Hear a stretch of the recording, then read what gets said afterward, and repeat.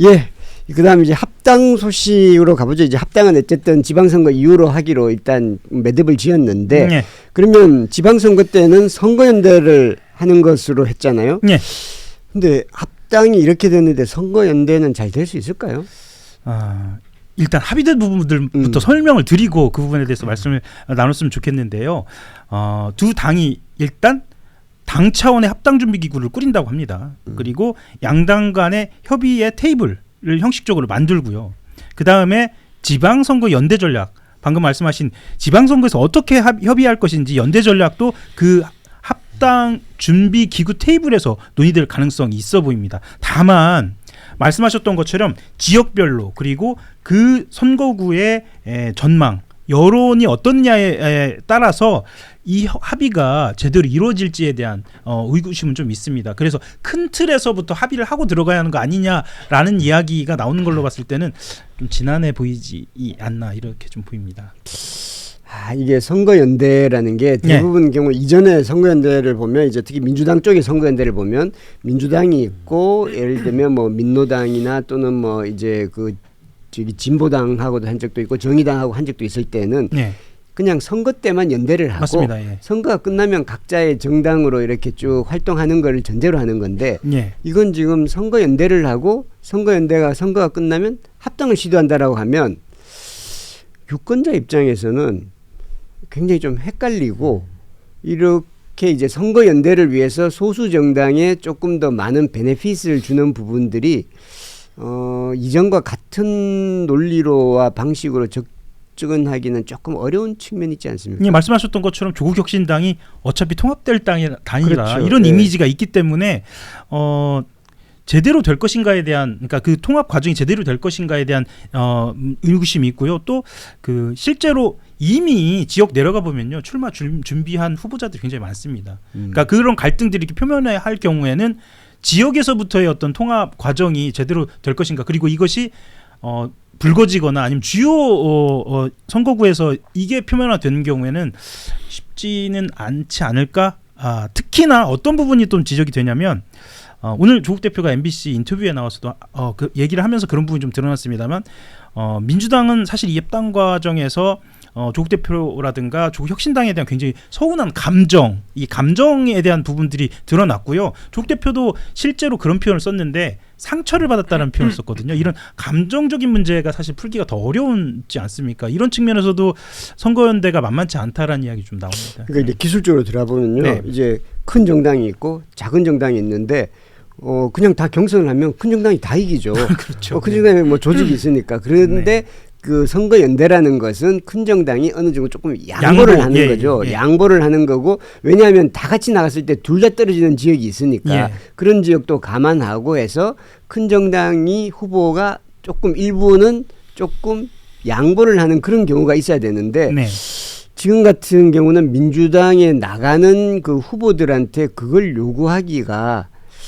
이전보다 좀 어렵지 않을까라는 그런 실무적인 어려움이 있지 않을까라는 그런 생각이 드는 거죠. 2012년 사례를 좀 말씀을 드리면 당시에 이제 통합진보당 떠올리시는 분들 많이 있을 텐데요. 그러니까 말씀하셨던 것처럼 아주 치열한 지역구, 그러니까 불과 한 2~3%포인트 차이로 당락이 결정되는 지역구 같은 경우에는 말씀하셨던 상대적으로 소수인 정당이 양보를 하고 대신에 조금 당선 가능성이 있는 지역구, 그때 당시에는 아마 광주하고 순천인가요? 이제 호남 지역으로 기억을 하는데 이런 지역구들은 또 민주당 쪽에서 양보를 하고 이런 방식으로 기술적인 처리가 있었는데 지금 구도에서는 호남에서는 경쟁하고 나머지 지역구에서는 국민의힘이 당선되지 않도록 하겠다라는 원칙만 정해진 상태인데 지난번과 같은 상황이 좀, 그러니까 그런 양보를 받아내기는 좀 어렵지 않을까 그런 생각이 좀 듭니다.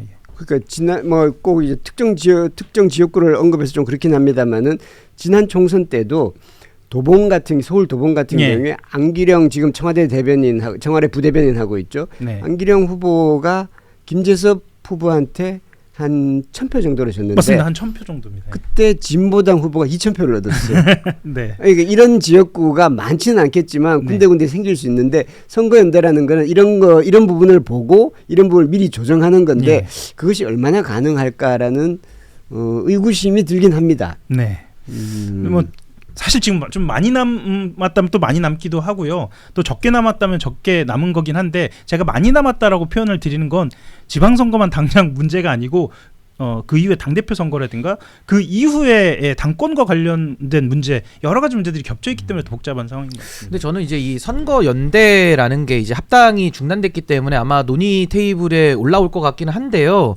저는 선거 연대라는 것도 이제 시대가 바뀌어가지고 과거처럼 정치인들끼리 탑다운식으로 어디는 누가 갖고 어디는 누가 갖고 이거 안 통합니다 이제. 그러니까 이것도 바텀업으로 예를 들면 국민의힘이 당선되네. 이건 내란 세력의 부활이네. 빨리 단일화하세요. 이랬을 때 바텀업식으로 정치인들이 압박을 느껴서 그럼 단일화를 통해서 정리한다든지 이게 맞는 방법이지. 뭐 자기들끼리 뭐 어느 지역 누구하고 이건 말이 안 되는 거예요. 야합이죠. 밀실 야합입니다. 구태 정치입니다. 그러면 저는 조국 혁신당이 주장하는 다당제 저는 동의하는 사람이거든요. 근데 다당제로 가려면요. 저런 식으로 지금 뭐 합당이나 연대를 할 게 아니라 각 당이 자생력을 갖춰가지고 제도를 바꿔줘야 되는 거죠. 예를 들면 교섭단체 뭐 의석을 완화시켜 준다든지 아니면 이번 헌법재판소에서 3% 봉쇄 조항을 뭐 폐지하라는 이런 조항에 응한다든지 이런 제도적 정비를 해야 되는 것인데 문제는 뭐냐면 지금 다당제로 가기에는 소위 말하는 조국혁신당이나 진보당 이쪽은 괜찮은데 저쪽 동네 가지고 국민의힘이나 개혁신당이나 자유화혁신 황교안이나 뭐 부정선거당이나 이쪽도 들어오기 때문에 국민들은 아직은 불안한 거거든요. 그러니까 제가 볼 때는 내란 청산, 진압이라고 하는 부분을 먼저 하고 그 이후에는 저는 조국혁신당의 주장대로 정치개혁 이슈를 저는 얘기를 해서 먼 미래에서는 우리가 정치보건과 연대정치를 회복하는 방안으로 가는 것이 저는 순리고 순서라고 저는 보는 상황인데 여기서 문제는 지금 조국 대표가 상당히 지금 좀 격앙돼 있는 상황 같아요. 왜냐하면 지난주 일요일에도 기자회견을 하는데 상당히 좀 민주당에게 13일까지 답을 하라 라는 식의 좀 압박을 하기도 했고 그 이후에 바로 다음 날인데 이재명 정부를 또 공격을 했습니다. 예를 들면 코스피 5천인데 이게 국민들에게 닿지 않으면은 정치 실패다 이렇게까지 과대하게 비판을 했거든요. 그러다가 이제 수요일에는 정청래 대표의 사과를 받아들인다. 지금 이런 상황까지 온 거 아니겠습니까? 저는 조국 혁신당의 지지율이 지금 한 자릿수 초반대 나오는 것을 전 조국 대표는 인정을 해야 된다. 아무리 본인이 대권 주자로 분류가 되더라도 당의 현실이 그렇거든요. 근데 그런 상황 속에서 여전히 제반 정치 세력이나 국민들에 대해서 나한테 이걸 좀 해줘 라는 식의 채권자식의 정치 접근을 계속하고 있어요. 이거는 저는 사실은 문재인 대통령께서 조국 대표를 향해서 마음의 빚이 있다라는 이야기를 여러 차례 하셨거든요. 이게 이제 조국 대표는 크게 각인이 된 것 같다고 저는 보는데 뭔가 이렇게 빚을 갚으러 다니는 느낌이 많이 들어요. 그러니까 그런 식의 채권자 형태의 정치는 이제 그만하시고 본인이 국민을 위해서 어떤 정치를 할 것이냐. 그리고 지금 이제 합당이 무산된 상황에서는 조국 혁신당이 자생력을 가져야 정치개혁에도 그게 도움이 되지 않겠습니까? 저는 그런 좀 국민들을 위한 정치를 좀 심각하게 고민을 좀 했으면 좋겠다. 전 연대에 너무 매몰되는 것은 올바른 방향이 아니라고 생각합니다. 예, 그 신은규 변호사님이 코스피 얘기하셨는데 지금 코스피가 5,454로 사상 최고가를 돌파 중이라고 하네요. 신은규 변호사님 늘 그렇지만 오늘은 더더욱 매섭습니다. 이게 정치인들끼리 너무 그렇게 하는 게 지금의 시대에는 저는 맞지 않다라는 생각을 좀 확고하게 갖고 있습니다. 그 조국혁신당 말씀을 해주셔서 조금 보태자면 사실 조국혁신당은 각 지역별 그 현안들, 그러니까 지역에서 어떻게 후보들을 조정할 것인가의 문제보다는 조국 대표가 어디로 나갈 것인가에 대한 문제가 더 큽니다. 어디로 나가나요? 오늘 MBC 인터뷰를 좀 해석을 좀 해보자면 몇 가지 단서가 좀 있습니다. 반드시 나간다. 이 얘기는 지금까지 해온 얘기죠. 반드시 나간다는 이야기를 했고 그 다음에 본인이 출마해서 국민의힘이 되는 곳은 가지 않겠다. 이것도 해온 말입니다. 그 다음에 무엇을 얘기했냐면 이것이 인상적인데 민주당과의 단일화를 읍소하지 않겠다. 이건 좀 정확하게 찾아봐야겠습니다. 제가 기억하는 대로 말씀을 드리기 때문에 읍소 또는 구걸이라는 표현을 썼는지 모르겠습니다. 어쨌거나 굳이 연연해 하지 않겠다 정도로 하는 게 맞는 것 같습니다. 단일화를 요청하는데 그러니까 3자 구도가 될 수 있는 곳으로 나가겠다는 겁니다. 거기에 단서가 하나 더 붙습니다. 그렇게 되더라도 꼭 되는 곳입니다. 그러면 사실 몇 군데 안 남을 뿐만 아니라 딱 정해져 있는 곳이 있습니다. 부산? 군산입니다. 군산? 네. 왜냐하면 군산도 얘기 나왔죠. 예, 부산은 제가 부산 말씀을 좀 드리려고 하는데 어제 이제 압수수색이 있었거든요. 그러니까 전재수 의원에 대한 압수수색이 있었는데 사실 압수수색 영장이 나왔다는 건 아주 조심스럽습니다만 상황이 좋지 않다라는 방증이 있습니다. 그러니까 전재수 의원한테요. 그럼 전재수 의원이 상황이 좋지 않으면 부산시장 출마가 어려울 수도 있거든요. 이것도 전제입니다. 그러면 그곳은 세모표고요. 그러면 전재수 의원이 나오지 않는 부산 지역은 다른 의원이 나온다고 해도 사실 민주당이 지역 기반으로 반드시 이긴다라는 조국 대표의 전제에 맞지 않을 수가 있습니다. 그리고 그 부산 북구는 전재수 의원이니까 가능했지. 예. 지금 조국 대표가 아무리 전국적 지명도가 있더라도 갑자기 거기서 그 당선된다는 보장이 없을걸요. 예. 그리고 군산 이야기가 곧바로 나오는 건 뭐냐면 호남 지역을 두고 경쟁한다라는 이야기를 거듭하고 있는데 호남 경쟁의 교두보 역할을 할 수가 있습니다. 본인이 생각했을 때요. 그러니까 정치부 기자 취재를 오래 해보면 사실 지역구가 가까운 게 뭐 그렇게 중요하냐라고 할 수 있겠습니다만 만약에 3자 구도가 됐을 때는 굉장히 치열하기 때문에 일정 잡기가 어렵지 않습니까? 그러면 물리적으로 시간이 가깝고 또 호남에서 출마했다는 것 상징성도 갖고 있고라고 해서 군산 이야기가 나오고요. 근데 다만 이 군산 이야기가 나오는 것이 100% 조국 대표한테 유리하냐 꼭 그건 아닙니다. 왜냐하면 아까 신윤규 변호사님이 이야기하신 부분이 굉장히 인상적인 부분인데 민주당 정서에는 지금 현재 조국 혁신당에 대한 불만의 정서가 좀 있거든요. 이번 합당 과정에서 조금 정서가 또 좀 험해진 것 같긴 해요. 네.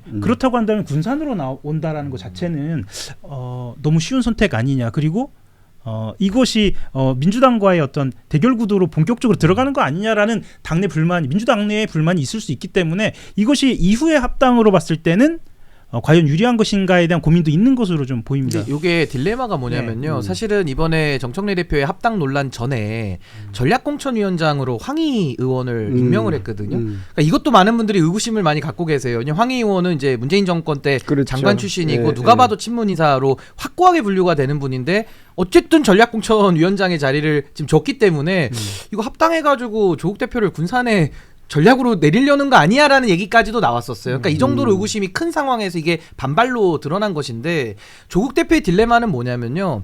올바른 정도의 길을 가지 않다 보니까 자꾸 제야되거든요. 어디가 더 유리하냐? 유불리를 제야되니까 어떤 모순에 빠지느냐.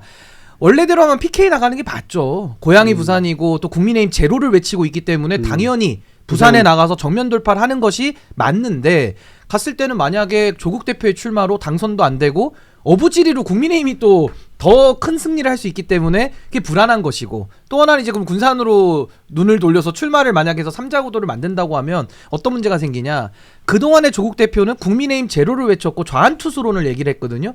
그러면서 레드팀 얘기를 했는데 이제 군산에 출마해버리면 스스로 국민의힘 제로도 아니고 그리고 스스로 레드팀이 아니라 이제는 경쟁팀을 선언을 해야 되는 거예요. 그럼 이게 어떤 문제냐. 앞으로 민주당과 연대가 어려운 것도 있지만은 조국이라는 정치인이 그동안에 해왔던 말과 본인의 행보가 이제 안 맞기 시작하는 거죠. 그러니까 이런 모순적인 상황에 지금 있기 때문에 그렇다고 뭐 조국 대표가 갑자기 수도권원이 나갈 수는 또 없잖아요. 그러니까 지금 사실은 출마지를 놓고서도 어떤 원칙적 행보보다는 어디가 더 유리하냐를 놓고 지금 고민하기 때문에 전 이게 뭐 한동훈 대표도 마찬가지고 조국 대표도 조금은 이게 굉장히 이제 복잡한 상황에 지금 처해 있는 거 아니냐 좀 그런 생각이 듭니다. 네, 그래서 한 말씀만 더 신윤규 변호사님 말씀에 보태면 그런 측면에서 다른 지역이 또 한 군데 있습니다. 또 어디죠? 대구입니다.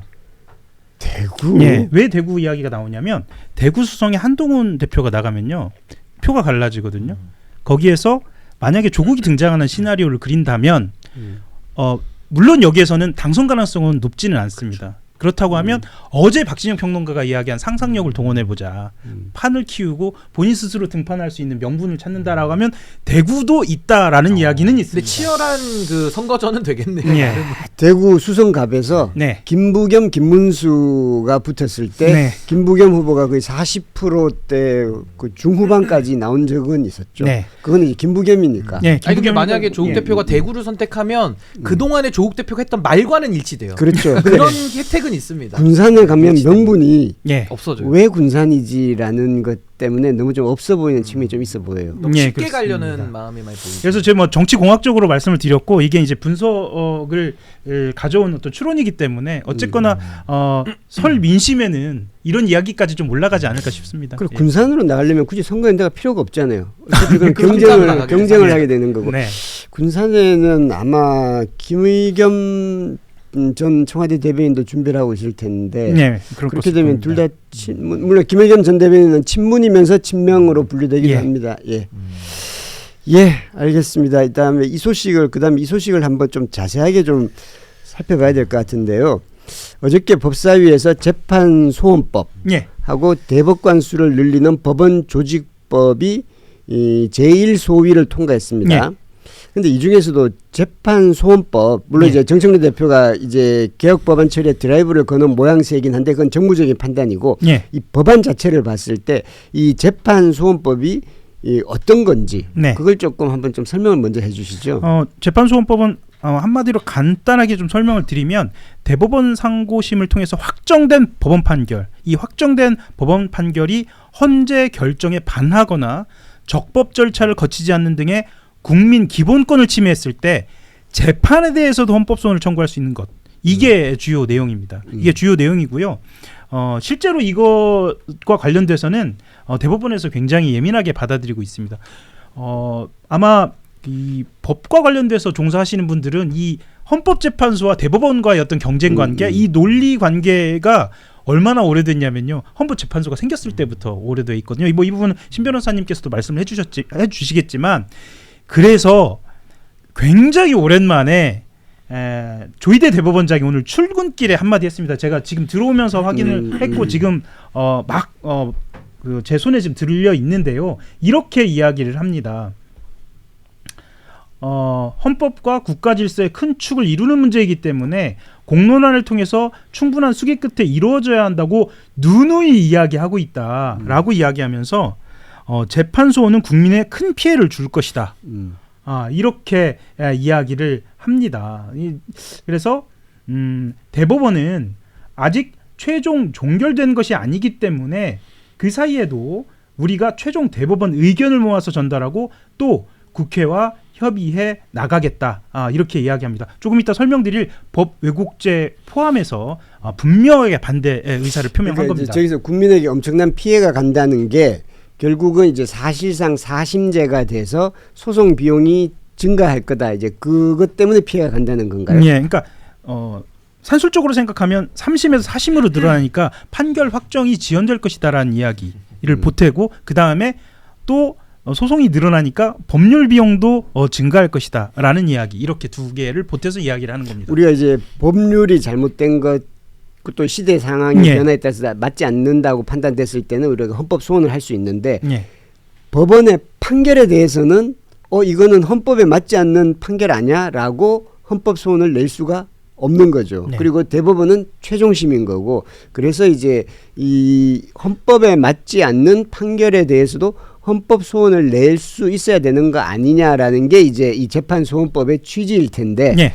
그게 사실상은 사심제가 되고 소송이 많아지고 그리고 실제로 가선 대부분 다 기각될 거기 때문에 별 효과도 없다라는 게 지금 보수층과 보수 언론들이 많이 그렇게 얘기하고 있고, 또 일부 참여연대라든지 일부 시민단체에서도 그런 부분에 약간 좀 보완을 해야 되지 않느냐라는 그런 지적을 하기도 합니다. 신은규 변호사님, 이걸 어떻게 봐야 됩니까? 저는 참 조희대 대법원장 보면 좀 가소로워요. 왜 가소롭냐면요. 아니 삼권 분립의 한 축인 대법원장이 지금 입장을 내면은 재판소원제도 반대할 때입니까? 아니 지금 법원에 대한 국민적 분노와 공분이 얼마나 높습니까? 거기에 대해서 최소한의 양심이 있고 공직자라면, 국민 전체의 봉사자라면 한마디는 해야죠. 근데 그거 없이 재판소원제도 안 되고 또 국민을 들먹입니다. 그 시간 문제 얘기하는데 뭐 소송 지연된다. 아니 국민이 원해서 나 한 번 더 판단 받아보고 싶다고 하는데 그게 왜 지연입니까? 기회를 부여하는 거죠. 그리고 비용 얘기하셨는데 우리가 국선제도가 있어요. 결국 국가에서 변호사도 대줍니다. 국선 비용 제도, 우리가 국선 제도 해주면 되는 거예요. 비용의 문제면 해결해 줄 수 있는 겁니다. 근데 이걸 가지고 국민을 방패 삼아 가지고 본인들의 사법의 문제, 이걸 지금 가리겠다라는 또 하나의 지금 정치 행위를 저는 하고 있다고 보거든요. 그래서 제가 좀 강도 높게 비판을 할 수밖에 없는 것이고, 내용으로 들어가면 우리가 보통 이제 법원 중에 이 법조인들이 쓰는 용어가 있어요. 되는 소를 포함한다. 이런 얘기를 많이 씁니다. 그러니까 헌법재판소는요, 헌법에 대해서는 최종적 권한 해석을 갖고 있는 기구예요. 우리가 이게 민주화의 산물 아닙니까? 그렇죠. 6공화국 헌법이 87년 이후에 낳은 아주 고통 끝, 산고 끝에 나온 민주화의 상징이 우리 헌법재판소인데, 이 의미가 뭐냐면요, 모든 공직자, 모든 국민은 헌법 아래 있다는 겁니다. 법의 지배를 선언하는 거예요. 어떤 판사의 양심도 헌법을 어길 수는 없다. 근데 지금 보시면은 심각하지 않습니까? 이런 상황에서 헌법 아래에 있다라는 원칙의 예외가 우리 헌법재판소 법에 있습니다. 이 법 단계설에 따르면 헌법 밑에 법률이 있는 건데 헌법재판소 법률에 68조에 법원의 재판은 제외하고라는 걸 넣어놓은 거예요. 물론 그때 당시에는 야 그래도 판사들의 양심을 우리가 뭐 헌법 아래 있지만 동등하게 봐주자 해서 빼준 거거든요. 원래는 그것도 넣으려고 했었다는 거 아니에요? 독일도 넣고 있고요. 그러니까 원래는 넣어야 되죠. 왜냐하면 되는 소를 포함하기 때문에 헌법 조항에 대한 마지막 권한의 유권 해석 권한을 갖고 있는 기구가 왜 세부적인 내용에 대해서는 판단을 못합니까? 되는 소를 포함하는 거거든요. 그래서 저는 지금 판사들이 본인들이 헌법 아래 있다라는 이 헌법의 규범 통제에서 여전히 예외로 남겠다라는 하나의 성역화 선언이라고 저는 봅니다. 근데 참 괘씸한 거는 본인들의 문제는 고치지 않고 이 재판소원 제도가 나온 배경에는 일말의 언급도 없으면서 오히려 본인들이 국민들을 방패 삼아가지고 이걸 회피하고 있는 게 좀 매우 비겁하다라는 말씀을 드리고요. 무엇보다 저는 재판소원 제도, 법 왜곡죄 다 좋은데 제 생각은요. 지금 민주당에서 이걸 제일 우선순위로 해야 되는가에 대한 저는 의문이 있는 겁니다. 왜냐하면 이렇게 가면요. 민주당과 법원이 대립하는 구도가 돼요. 왜냐하면 사법부 전체 구성원들이 이게 영향을 받기 때문에 민주당과 법원, 그러니까 달리 말하면 정청래와 조희대 이렇게 대립구도가 생긴단 말이죠.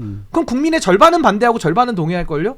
그렇게 가서 사법개혁이 되겠습니까? 저는 지금은 전시 상황에서 시스템 에러를 교정할 때가 아니라 휴먼 에러를 먼저 단죄를 하고 그 다음에 이 시스템에 대한 개혁은 그래도 80-90%의 동의를 얻어서 하는 게 맞는 거예요. 근데 또 어제 뉴스를 찾아보면은 소위 통과 뭐 이렇게 계속 이렇게 밀어붙이기식으로 가고 있거든요. 전 이럴 때가 아니라 전선을 잘 쳐야 된다. 그래서 우선순위 면에서는 지금 가장 먼저 해야 될 것은 조희대를 고립시키는 겁니다. 조희대와 국민의 대결 라인을 만들어야지 정청래와 조희대의 대립 전선을 만들어가지고는 전 사법개혁 성공하기 매우 어렵다고 보거든요. 그래서 저는 법원의 구성원들이라고 하는 법원 노조 그리고 평판사들 이런 분들 또 조희대의 체제에 대해서 문제의식을 가진 사법부 내부의 구성원들까지도 이 개혁 전선에 저는 올 수 있도록 저는 좀 전선을 다시 쳐야 되는 거 아닌가라는 주장을 6개월째 하고 있습니다. 근데 빨리 우리 아침에 뷰리핑을 더 많은 분들이 많으셔가지고 빨리 좋아요도 좀 누르시고 하셔가지고 이런 얘기가 좀 퍼졌으면 좋겠어요. 그러니까 전 사법제도 개혁을 하지 말자는 뜻은 전혀 아니고요. 100% 공감하면서도 지금의 이 사법부의 농단의 수준이 매우 심각하고 우선순위 면에서 이게 지금 가장 나와서 정강석화처럼 밀어붙일 일인가 아니면 조희대에 대한 압박을 더 밀어붙여야 되는가 전선을 좀 다시 짤 필요가 있다라는 게 저의 생각입니다. 뭐 아주 명쾌하네요. 그러니까 신인규 변호사님은 이거는 반드시 해야 되는 거지만 당연하죠. 지금 현재 시기라든지 방식이라든지 이런 부분들은 잘 살펴봐야 된다는 것이죠. 그러니까 좀만 요약하면 전시와 평시는 구별해야 되는 거 아닙니까? 전시에 평시에 해야 될 일을 할 수는 없는 것이고 평시에 전시처럼 할 수는 없는 거거든요. 전 지금은 전시라고 저는 사법부에 대해서는 보고 있기 때문에 지금 2차 종합특검도 이 전시와 유사한 위기 아닙니까? 근데 이런 상황에서 조희대 체제는 그대로 놔두고 대법관을 증원하고 재판소원 제도를 도입하면 대법관 증원 제청은 누가 합니까? 조희대가 하거든요. 물론 국회가 동의하겠지만 그렇죠. 제청권을 조희대가 갖고 있는데 그게 무슨 개혁입니까? 저는 지금의 시대 정신은 조희대의 정치행위 그리고 판사들의 비위를 탄핵으로도 바로잡지 않고 이상한 판결이 계속 연달아 5번씩 나오는데도 국민들은 무력하게 지켜만 봐야 되는 이런 상황이 저는 전시다. 근데 여기에 대해서 지금 제도개혁이 과연 우선이고 전선을 정청래와 조희대 전선으로 짜는 게 맞는지 아니면 조희대를 고립시켜서 조희대와 나머지 국민들로 짜는 것이 맞는지 저는 국민들께서는 다 판단하신다고 보거든요. 근데 이런 부분에 대한 숙고가 없다라는 것이 수기가 없다라는 것이 지금 민주당의 전 가장 큰 문제 아니냐.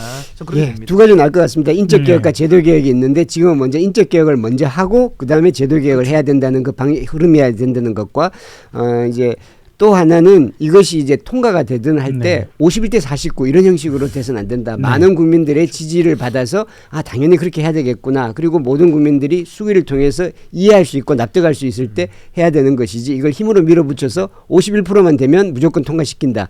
그것은 조금 다시 한번 생각해 봐야 될 필요가 있다. 그런 말씀으로 이해하겠습니다. 맞습니다. 이 사법부 개혁 입법 같은 경우에는 또 다른 측면에서도 좀 볼 수 있는데 그러니까 민주당 내에서 지금 나오고 있는 얘기입니다. 그러니까 이 개혁 입법에 대한 드라이브를 거는 이 상황이 이재명 대통령이 민생 법안 좀 빨리 처리해달라고 거듭 주문하는 상황에서 드라이브를 걸 상황이냐 이런 시선도 좀 사실은 있거든요. 그러니까 예를 들면 이 사법개혁 법안 같은 경우에는 이걸 밀어붙이면 또 필리버스터가 나올 거거든요. 대립각이 심할 거고. 예. 그러면 하필 오늘 또 공교롭게도 영수회담이 그러니까 여야 대표와 대통령의 회담이 있고 그 위에 올라가는 게 민생 의제인데 이렇게 개혁 법안의 드라이브를 거는 것이 좀 맞지 않지 않느냐. 맞지 않는 것으로 보인다라는 의원들의 의견들도 근데 저는 있습니다. 기자님 예. 말씀에 동의하고 제가 아까 전선을 잘 쳐야 된다고 했잖아요. 전시기 때문에 그런데요. 조희대 체제에 대해서 조희대와 국민의 전선을 만들면 어디까지 확장이 가능하냐면 지금 중도 있지 않습니까? 문제시 크고요. 중도 보수도 문제시 큽니다. 지금 사법부에 대해서 합리 보수도 크거든요. 근데 문제는 극단 보수들은 조희대 잘했다고 해요. 그러니까 저는 이 극단 보수를 뺀 나머지 중도와 중도 보수와 합리 보수까지 여건에서 조희대 체제를 먼저 정리하는 것이 맞지. 이거를 정청래와 조희대라는 이 제도 개혁으로 붙어버리면요.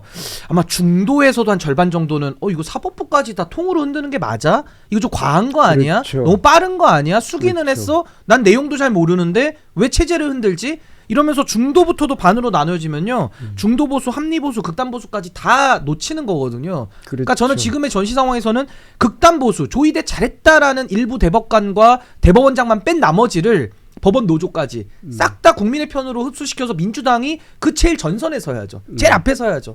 그렇게 해서 가가지고 조희대 체제를 무너뜨리면 저는 사법개혁도 더 잘 될 것 같은데 그게 아니라 거꾸로 사법개혁을 먼저 내세우니까 이거 누가 웃고 있겠습니까? 전 조희대가 웃을 것 같아요. 왜? 아니 뭐 해봐라 되나 역풍 분다 하면서 조희대는 아니 뭐 나에 대해서 뭐 정치 행위를 해도 국회가 건들 수 있어? 내가 서열 3인데 내가 뭐 간땡이가 배 밖에 나와도 누가 나를 규제할 수 있어? 그럼 그 밑에 판사들이 조희대 믿고 또 까불지 않겠습니까? 이게 저는 순서라는 게 굉장히 중요하잖아요. 일에 있어서 이거에 대해서는 저는 전선을 어디로 치느냐를 저는 조금은 민주당도 좀 진지하게 좀 고민을 해줬으면 좋겠다라는 말씀드립니다. 예, 그렇죠. 제도 개혁을 먼저 많이 너무 강하게 내세우면 그 사람의 문제와 그리고 그 이전의 잘못에 다 가려지는 측면도 있긴 있겠죠. 네. 예.